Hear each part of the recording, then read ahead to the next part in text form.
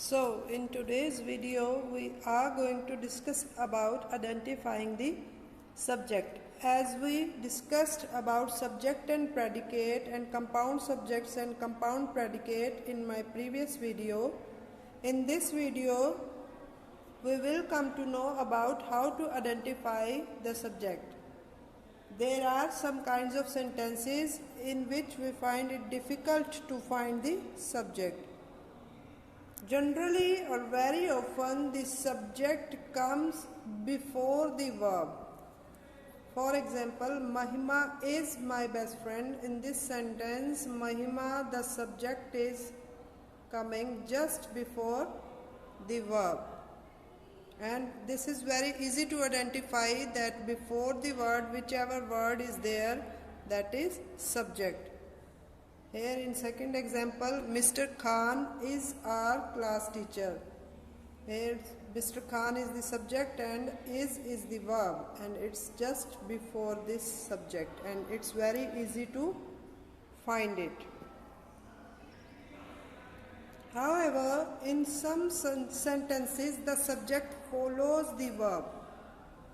In that case the subject comes just before the verb, but in some sentences the subject follows the verb. Let us study them. Which kind of sentences are they in which the subject follows the verb? The first kind is sentences that begin with here or there. That sentences that are beginning with here or there. In sentences that begin with here or there, the subject usually appears at the end. For example, there are two puppies. Here the sentence is beginning with the there, and here comes the verb are, and the subject is following it. Clear? So it's very easy to find the subject in the cases when the sentence begins with the there and here. In that cases the subject would follow verb. In another example, this sentence is again beginning with here, and here comes the verb, and this is the subject, the shop, that is following the verb. Clear? The next kind of sentences is interrogative sentences. In interrogative sentences the subject follows the auxiliary verb. Interrogative sentences that are used to ask the questions like WH question or yes no questions, tag questions, etc. In that kind of sentences the subject follows the auxiliary verb. Auxiliary verb do, does, did, has, have, etc. They follow the auxiliary verb. Subject follows the auxiliary verb. For example, does Maya need another blanket? Here comes the auxiliary verb does, and Maya, the subject, follows it. In another example, have is the auxiliary verb and we, the subject, is following it. Did is the auxiliary verb and the dog is following it. There is another way to find the subject in interrogative sentences that is also easy. That way is to find the subject in an interrogative sentence. We should change the question into a declarative sentence. If we would change the question into a declarative sentence, then we may easily find the subject. For example, Maya needs another blanket. It was an interrogative sentence. Does Maya need another blanket? This question is changed into declarative sentence. Maya needs another blanket, and here comes the subject. We can easily find the subject before this verb. Another interrogative sentence is again changed into declarative. Have we met before? And it become we have met before. and before this auxiliary verb, here comes the subject, we. In another example, did the dog bark, and it changed into declarative sentence and it become the dog barked, as here was did, and so here comes the verb's second form, and before the verb here comes the subject. So it was very easy to find the subject in declarative sentence, as it comes just before the verb. Next kind is imperative sentences. The imperative sentences, in imperative sentences the subject is you, but it is not usually mentioned. The subject is you, but it is not usually written or spoken. For example, here is the imperative sentence, take this book, but the subject is not mentioned. So you is the subject here. Next is look at that nightingale. Again the subject you is not mentioned, but you here is the subject. Sow the seeds in November. Again the subject you is not mentioned, but here is the subject you. Next type of sentences, exclamatory sentences. In exclamatory sentences, the subject comes before the verb. For example, how beautiful she looks. And here comes the verb and the subject is coming just before the verb. How amazing the Taj Mahal is. Here comes the verb and here comes the subject just before this verb.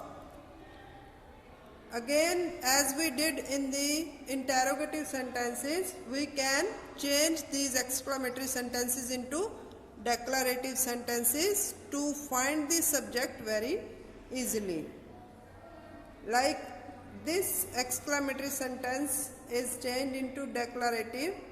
How beautiful she looks, and in declarative sentence it would become she looks very beautiful. As simple sentence, and here comes the verb, and just before the verb here comes the subject. She is the subject. So it's very easy to find the subject in this way. Just change the exclamatory sentence or interrogative sentence into a declarative. Let's change this exclamatory sentence into a declarative. How amazing the Taj Mahal is. It would become the Taj Mahal is amazing, and just before this verb here comes the subject, and easily we are able to find the subject. Alright.